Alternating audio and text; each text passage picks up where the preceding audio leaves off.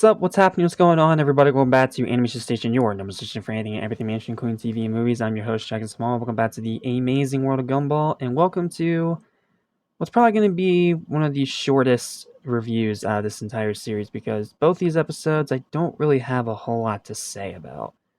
Take this one, for instance, The Party.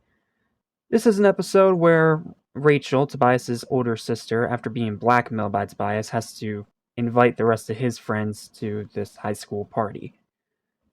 So, but the catch is they have to bring a date. So, most of the episode is Gumball trying to get dates and failing, and refusing to accept that he likes Penny. Even though we've already seen a couple episodes that contradicts that, but I'm pretty sure this is a show that doesn't really follow continuity, kind of like SpongeBob. So, it's not a big deal, but they end up going with different people, and then the party itself is just kind of whatever. Like, it's not really that interesting, and there are some interesting visual gags, but, like, barely anything's actually happening. And then Miss Simeon and Principal Brown end up crashing the party, and I do like the twist that they don't actually ruin the party, they crash it to be a part of it and turn it up to 11, or however the kids say it these days. And then the episode ends with Gumball actually saying that he loves Penny after both of them realize that they dated other people to avoid the obvious. And even Darwin gets to have a little first kiss of his own, so good for him. Highlights. First one, Gumball's eyes turning into hearts when he looks at Penny the first time, when Darwin asks why not just ask Penny out, and Gumball immediately just proclaims that the reason why his eyes turned into hearts was allergies when Darwin asks. Probably the funniest part of the episode. And then the other highlight is when Gumball confesses his love to Penny, which is just so cute. And Darwin gets his first kiss by Rachel, of all people, after comforting her on the front steps after it looks like her party's a disaster. So, yeah. The episode's fine. It just doesn't really have that much going for it, outside of cliches we've seen 1,000 times in other cartoons. And yeah, it has a cute moment at the end, and one funny moment, but that's really about it. Final word for this episode's a 5 out of 10. It's okay. Not one I want to go back to, but I don't hate it either. Let's move on to the refund. Now, this episode, on the other hand, I have a little bit more to say about, and it's because it's a really good episode and a really funny episode.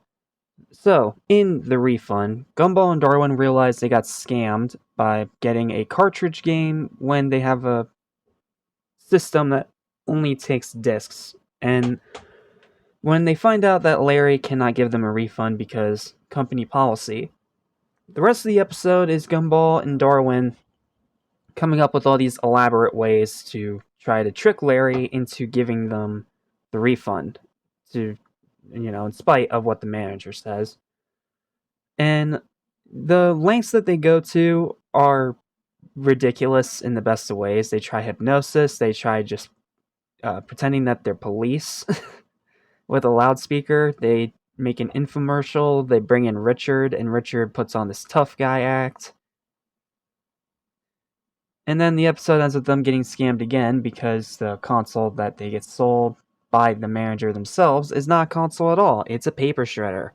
So they put the game that they still had, the cartridge, into the top of it, and yeah, it shreds the whole bottom half of that cartridge. And the episode ends with Richard crashing out and going back into bad guy mode.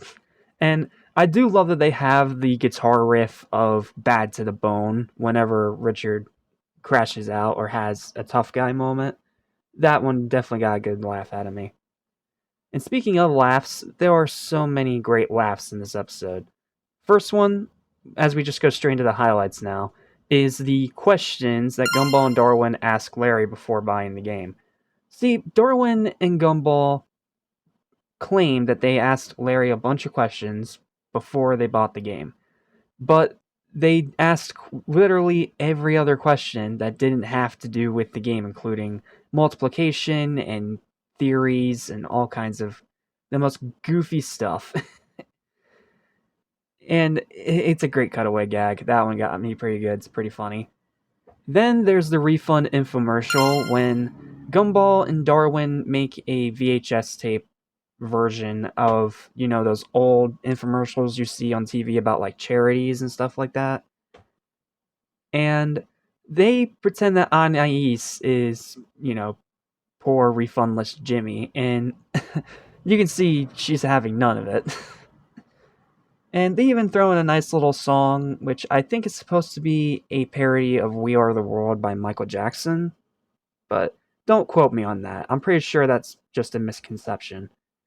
But the infomercial itself is funny because they play everything so over the top and corny in all the ways you want them to play this up.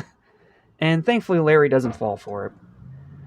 And then highlight number 3 is Richard's Tough Guy Makeover. I already stated earlier how much I love that they played the guitar riff Bad to the Bone as he makes this change, but that's not the only thing. He uses a dry erase marker to scribble a tattoo on his shoulder. He suddenly gets, like, I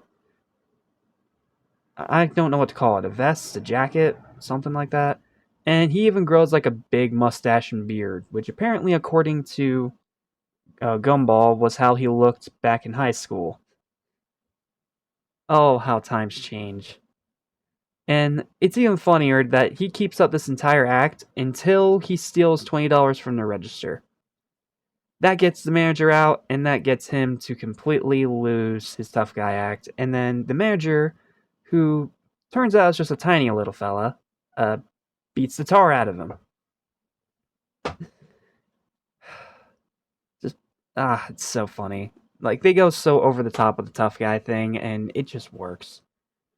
So, yeah, much better episode than the party. Final work for this one's a 7 out of 10. Really good episode. I just wish the pacing was a little better. And it is repetitive because it is just Gumball and Darwin going to this store over and over again to get a refund. It does get repetitive. The repetition and the pacing are the two problems that hold it back.